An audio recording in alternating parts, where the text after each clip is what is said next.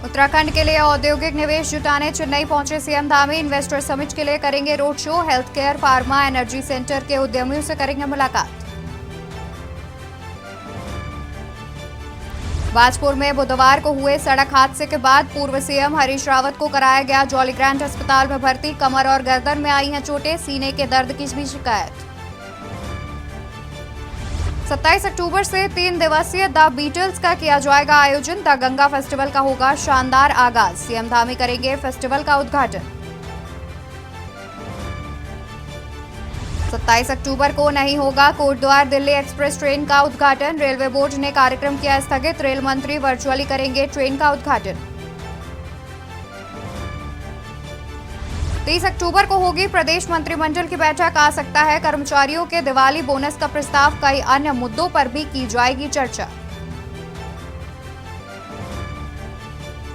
एक ही दिन में केदारनाथ हेली सेवा की बुकिंग हुई फुल। 15 नवंबर को बंद हो रहे धाम के कपाट। देश विदेश से श्रद्धालुओं का लगेगा तांता। आप देख रहे हैं के न्यूज, खबरों का सारथी। नमस्कार, मैं हूं आपके साथ अवंतिका अवस्थी। बात करेंगे उत्तराखंड खबरों पर और शुरुआत करेंगे आज की अहम खबर से, जहां पर चेन्नई दौरे पर उत्तराखंड के CM Pushkar Singh Dhami. Investor in Uttarakhand mission के लिए चेन्नई गए हैं मुख्यमंत्री पुष्कर सिंह धामी। चेन्नई दौरे पर उत्तराखंड के मुख्यमंत्री। इन्वेस्ट इन उत्तराखंड मिशन के लिए चेन्नई गए हैं उत्तराखंड के मुख्यमंत्री Pushkar Singh Dhami. Global investors summit के लिए चेन्नई में होगा road show. Health care, pharma, energy sector के उद्यमियों से मिलेंगे। बड़े उद्योगपतियों से संवाद करेंगे मुख्यमंत्री पुष्कर सिंह धामी। उत्तराखंड के देहरादून में दिसंबर माह में इन्वेस्टर समिट का किया जाएगा आयोजन। सतपाल महाराज और मंत्री सौरभ बहुगुणा रहेंगे साथ मौजूद। आज चेन्नई में रोड शो करेंगे मुख्यमंत्री पुष्कर सिंह धामी। चेन्नई दौरे पर उत्तराखंड के मुख्यमंत्री पुष्कर सिंह धामी।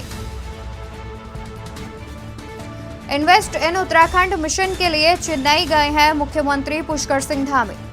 बता दें कि दिसंबर में ग्लोबल इन्वेस्टर समिट का आयोजन देहरादून में किया जाना है, जिसको लेकर के मुख्यमंत्री पुष्कर सिंह धामी ने ही पहले से ही कई तैयारियां शुरू कर दी हैं, जिसमें मुख्यमंत्री पुष्कर सिंह धामी पहले विदेश दौरे पर थे, जहां पर उन्होंने कई निवेशकों को उत्तराखंड में निवेश करने के लिए आमंत्रित किया। साथ ही उन्होंने तमाम रोड शो भी विदेशों में किए और वहां से कई MOU साइन करवा के वापस आए। उसके बाद अब देश के 3 प्रमुख शहरों में वो रोड शो करेंगे, जिसमें वो चेन्नई पहुंच गए हैं और अब चेन्नई में पहले वो रोड शो करेंगे। देश में सबसे पहले वो चेन्नई में रोड शो करके इन्वेस्ट इन उत्तराखंड का उद्घाटन करेंगे और साथ ही कई लोगों को उत्तराखंड में निवेश करने के लिए आमंत्रित करेंगे, प्रोत्साहित करेंगे। बता दें कि दिसंबर में आयोजन होना है ग्लोबल इन्वेस्टर समिट का। उत्तराखंड में दिसंबर में आयोजित होगी ग्लोबल इन्वेस्टर समिट, जिसको लेकर के मुख्यमंत्री पुष्कर सिंह धामी पहले से ही तमाम तैयारियों में जुटे हुए हैं। उन्होंने एक लक्ष्य तय किया है कि इतने करोड़ का जो MOU है वो साइन किया जाएगा, इतना निवेश आएगा उत्तराखंड में, जिसको लेकर के वो तमाम दौरे भी करते हैं। अभी कुछ दिन पूर्व वो विदेश दौरे पर थे, जहां पर विदेश से भी उन्होंने कई MOU साइन कराए और कई निवेशकों को उत्तराखंड में निवेश करने के लिए आमंत्रित किया। साथ ही विदेश में कई रोड शोज भी किए। वहीं अब देश के 3 प्रमुख शहरों में भी मुख्यमंत्री पुष्कर सिंह धामी रोड शो करेंगे, जिसमें वो चेन्नई में आज रोड शो करेंगे और वहां के लोगों को उत्तराखंड में निवेश करने के लिए प्रोत्साहित करेंगे। इन्वेस्ट इन उत्तराखंड मिशन के लिए चेन्नई गए हुए हैं मुख्यमंत्री। इसी खबर पर तमाम जानकारी के लिए देहरादून से हमारे संवाददाता अंकित काला हमारे साथ जुड़े हुए हैं। अंकित, उत्तराखंड में निवेश करने के लिए चेन्नई दौरे पर है मुख्यमंत्री पुष्कर सिंह धामी। दिसंबर में ग्लोबल इन्वेस्टर समिट का आयोजन किया जाना है, तो इसको लेकर क्या कुछ जानकारी है? अवंतिका, दिसंबर महीने में देहरादून में ग्लोबल इन्वेस्टर समिट का आयोजन होगा। मुख्यमंत्री पुष्कर सिंह धामी का लक्ष्य है कि इस इन्वेस्टर समिट के माध्यम से राज्य में 2.5 लाख करोड़ से ज्यादा का जो निवेश है वो आ सके। इस लक्ष्य को हासिल करने के लिए मुख्यमंत्री दिन रात एक किए हुए हैं। अब इसी कड़ी में आज चेन्नई में रोड शो होने वाला है। इस रोड शो में कैबिनेट मंत्री सतपाल महाराज और कैबिनेट मंत्री सौरभ बहुगुणा भी उपस्थित रहेंगे और इसके बाद फिर रोड शो के बाद विभिन्न औद्योगिक घरानों के साथ भी सीएम की बैठक होनी है। इन सभी निवेशकों से राज्य में निवेश को लेकर के आमंत्रित मुख्यमंत्री करेंगे। और अब तक राज्य सरकार की ओर से 55,000 करोड़ के निवेश के जो है वो करार कर चुकी है धामी सरकार। और सरकार को पूरी उम्मीद है कि अब देश के विभिन्न राज्यों से भी अच्छे खासे जो MOU हैं वो उसमें हस्ताक्षर होंगे और राज्य में एक बड़ा निवेश जो है वो आने वाला है। जी बिल्कुल, अगर देखा जाए तो देश के कई प्रमुख शहरों में रोड शो कर रहे हैं मुख्यमंत्री और उन्होंने जो लक्ष्य निर्धारित किया है उसके लिए वो तमाम प्रयास भी कर रहे हैं। बहुत शुक्रिया आपका तमाम जानकारी हमारे दर्शकों तक पहुंचाने के लिए। तो आपको बता दें कि दिसंबर में ग्लोबल इन्वेस्टर समिट का आयोजन किया जाना है उत्तराखंड में, जिसको लेकर के मुख्यमंत्री पुष्कर सिंह धामी पहले से ही तमाम तैयारियों में जुट गए हैं। जहां पर वो कुछ दिन पूर्व विदेश दौरे पर थे, जहां पर उन्होंने रोड शो किया और लोगों को उत्तराखंड में निवेश करने के लिए आमंत्रित किया। उसके बाद वो चेन्नई में भी रोड शो करेंगे।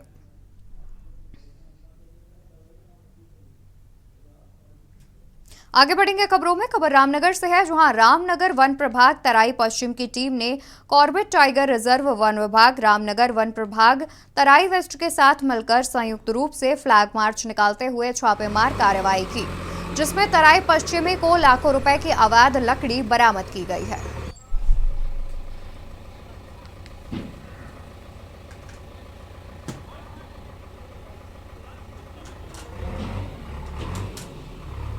देखिए, जो उधम सिंह नगर हमारा अवैध पातन की दृष्टि से बहुत ही संवेदनशील क्षेत्र है।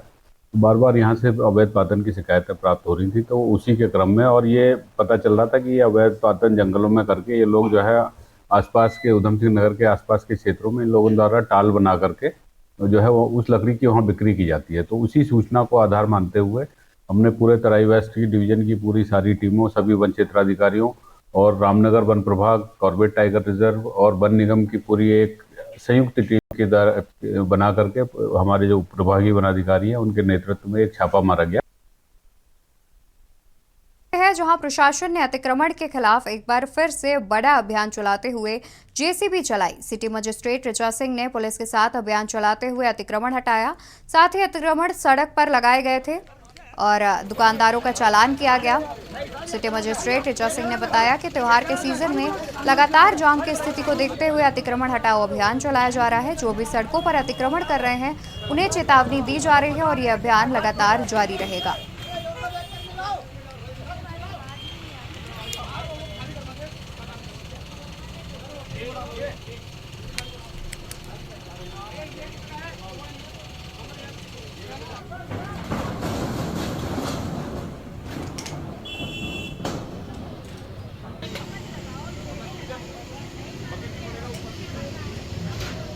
देखिए, मैं आपको पहले तो ये बताना चाहूँगी कि जिस वर्कशॉप लाइन पे हम लोग खड़े हैं इसमें कई बार संयुक्त अभियान नगर निगम पुलिस प्रशासन की टीम के द्वारा चलाया गया है। बार बार इन लोगों को बताया जाता है कि रोड पर किसी तरीके का अतिक्रमण नहीं करो, लेकिन अभी जब भी यहाँ आने के पहले इस पूरे एरिया की वीडियोग्राफी कराई गई है। सभी लोगों ने अपनी दुकानें रोड पर लगा रखी हैं, गाड़ियों का रोड पर रिपेयर कर रहे हैं। जिनके जो वेंडिंग जोन की बात करते हैं, जो ठेले हैं, उनके ऊपर उन्होंने पूरा टीन शेड बना रखा है। तो ऐसे सभी अतिक्रमण जो यहाँ पे अतिक्रमणकारी हैं उन पर कार्रवाई की गई है और आज इसमें इनका चालान जो है कड़ा किया गया है। इसके साथ ही जितना भी इनका अतिक्रमण पक्का था उस सभी निर्माण को यहाँ पर ध्वस्त किया गया है और ये सख्त चेतावनी इनको दी जा रही है कि अगर इन्होंने भविष्य में इस रोड पर दोबारा अतिक्रमण किया तो इनकी दुकान भी सील की जाएगी। खबर सितारगंज से है, जहां PPD मोड में सितारगंज चीनी मिल संचालित होने के बाद शक्ति फॉर्म के गन्ना किसानों ने किक्षा चीनी मिल में गन्ने की आपूर्ति पूर्व की भांति करने की मांग की है, जिसको लेकर किसानों निजी चीनी मिल के GM के बीच काफी देर वार्ता चली। किसानों ने इस पर गन्ना सोसाइटी के अध्यक्ष को मांग पत्र भी सौंपा।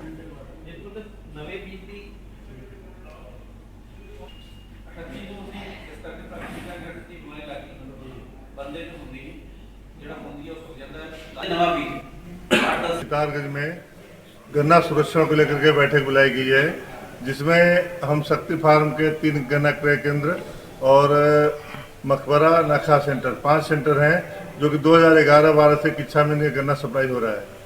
लेकिन जबरदस्ती किसानों के न चाहते हुए भी सितारगंज में गन्ना देना चाहते हैं और विगत वर्षों सितारगंज चीनी चेत गए हैं कि भाई हमें किच्छा में गन्ना देने में ही फायदा है।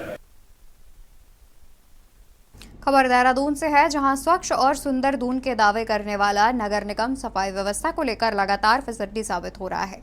आलम यह है कि नगर निगम की नाक के नीचे सड़कों के किनारे खाली प्लाट, नदी नालों में खुलेआम कूड़े के ढेर लगे हुए हैं, लेकिन निगम की ओर से महज दावों के अलावा कोई कार्यवाही नहीं की जा रही है। जबकि ऐसे स्थलों को चिन्हित कर कर्मचारी तैनात करने और कूड़ा फेंकने वालों पर जुर्माने की कार्रवाई के दावे नगर निगम ने किए थे। तस्वीर साफ तौर पर बयां कर रही है कि शहर में कई स्थानों पर कूड़े के ढेर लगे हुए हैं, जिससे निकलने वाली बदबू से हर कोई परेशान नजर आ रहा है। इसको लेकर नगर आयुक्त मनोज गोयल का कहना है कि हम लगातार समय समय पर सफाई अभियान चला रहे हैं, इसके साथ ही हम कूड़े की गाड़ियों की संख्या भी बढ़ा रहे हैं। लेकिन जिस तरह से नगर निगम आए दिन दावे करता है, उससे साफ झलकता है कि निगम शहर सफाई को लेकर कितना गंभीर है।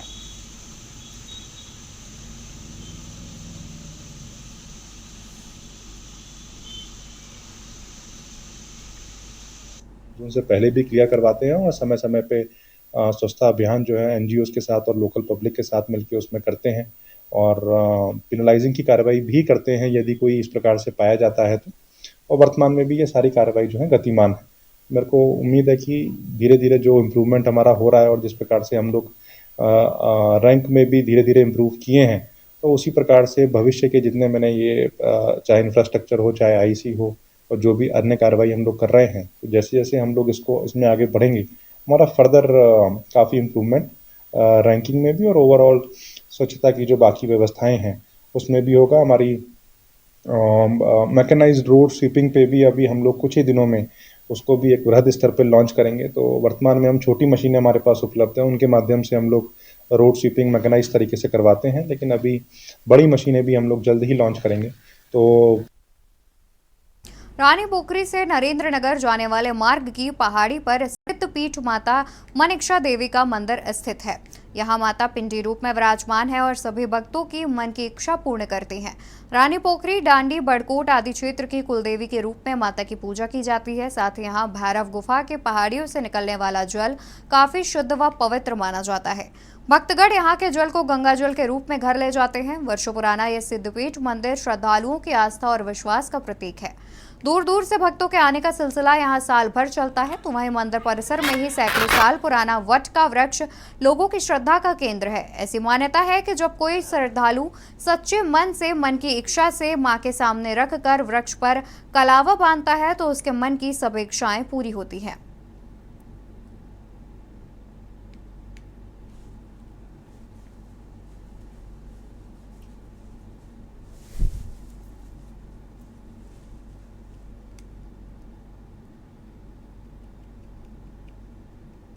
सैकड़ों वर्ष पुराना है, जो कि मां मन इच्छा देवी के नाम से जाना जाता है, मन की इच्छा पूर्ण करने वाली। और यहाँ पर माता पिंडी रूप में विराजमान है, जल में विराजमान है, जो कि इस जल को लोग अपने घर में भी ले जाते हैं। गंगा जल के रूप में यहाँ का जल लेते हैं लोग। और यह कुल देवी के रूप में भी पूजी जाती है, जैसे डांडी, बड़कोट, रानी पोखरी, इधर जितने भी गाँव हैं, यह लोग कुल देवी के नाम से भी यहाँ पुकारते हैं।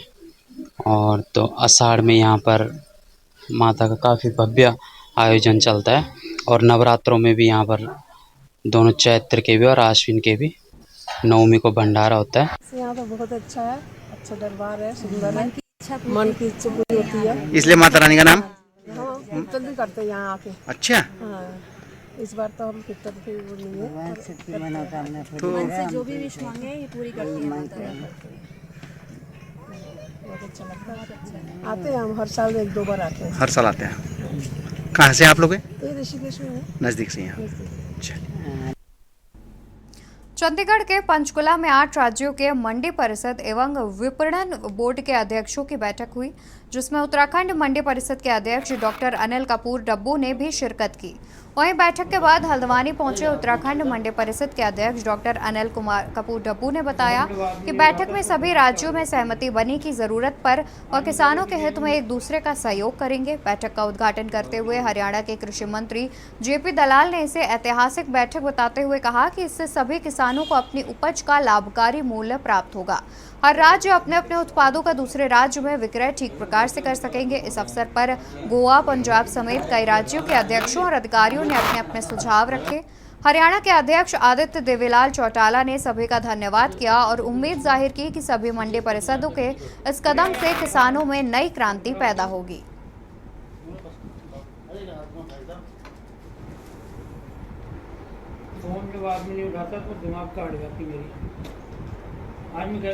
कि उन्होंने सारे राज्यों के मंडी परिषदों के अध्यक्षों की बैठक बुलाई और बहुत अच्छी चर्चा हुई।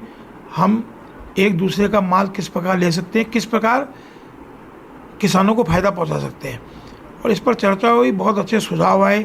मैंने भी अपने क्षेत्र की बात रखी, क्योंकि हमारे यहाँ अधिकांश पर्वतीय क्षेत्रों में मोटा अनाज होता है और मोटे अनाज को माननीय मोदी जी से लेकर पूरी दुनिया ने इस समय सराहा है। और मैंने भी कहा कि बड़ा स्वास्थ्यवर्धक हमारे यहाँ मोटा अनाज होता है, उसका विपणन ठीक प्रकार से उसे इस बारे में चर्चा की। बहुत सकारात्मक चीज़ें निकल कर आई हैं और निश्चित रूप से इस बैठक के बाद ये भी जानकारी में आया कि राज्यसभा में इस सवाल को उठाया गया और केंद्र सरकार भी इस पर गंभीरता से विचार करी किस प्रकार सामंजस्य करके सारे मंडी परिषद सारे एक दूसरे के साथ सारे समन्वय करके किसानों को अधिकतम लाभ पहुंचा सकें। रुड़की से है, जहां वाल्मीकि जयंती के नाम पर जागरण कराने को लेकर चंदा मांगने वाले 2 ठगों को पुलिस ने हिरासत में लिया, जिनके पास से पुलिस को चंदे की रसीद, बुक और नकदी भी बरामद हुई।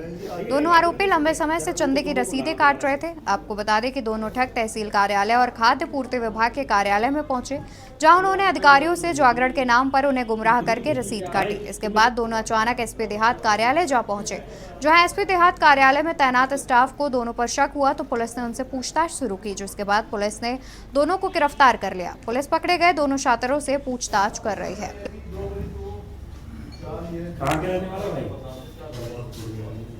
जानसठ मुजफ्फरनगर निवासी 2 व्यक्तियों के द्वारा चंदे की रसीद के नाम पर लोगों से पैसे उगाने की कोशिश करने के क्रम में, और कुछ लोगों से ये रसीदें काट भी चुके थे। जब लोगों को जानकारी हुई, पुलिस को जानकारी हुई, इन्होंने पुलिस कर्मी को भी रसीद काटी और जब पता किया गया तो पता चला कि ये पूरे फर्जी लोग हैं और किसी तरह की कोई जागरण यहाँ नहीं हो रहा है। ये मुजफ्फरनगर से आए हैं और यहाँ पर जागरण के नाम पर लोगों के साथ धोखाधड़ी कर रहे हैं। इस संबंध में आवश्यक कार्रवाई के लिए की जा रही है और साथ ही लोगों से भी अपील की जा रही है कि ऐसे ठगी करने वालों से सावधान रहें।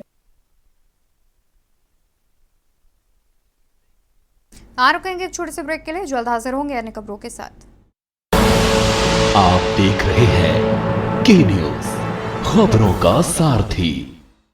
ब्रेक से वापस आ गए हैं, रुक करते हैं खबरों का। जहां हिंदू धर्म में विविध अद्भुत लोक कलाएं हैं, यहां लोक कलाएं आज भी अपने मूल रूप में जिंदा है। ऐसे ही एक लोक कला का नाम है जात्रा ज्ञान। ऐसे लोक कला बंगाली समाज के अंचलों में दुर्गा पूजा सहित विभिन्न पूजा व सामाजिक धार्मिक अनुष्ठानों के अवसर पर देखे जाते हैं। बंगाली संस्कृति और लोक कला का जिक्र आते ही जात्रा गान का मंच और उस पर अलग अलग वेशभूषाओं में विभिन्न पात्रों में कलाकार मंचन करते हैं। जात्रा गान को बंगाली संस्कृति का दर्पण कहा जा सकता है। इस दौरान जात्रा गान के कलाकार विजय बाछाड़ ने कहा कि जात्रा गान एक बंगाली संस्कृति का अंग है, जिसमें सामाजिक ऐतिहासिक कहानियों का मंचन किया जाता है।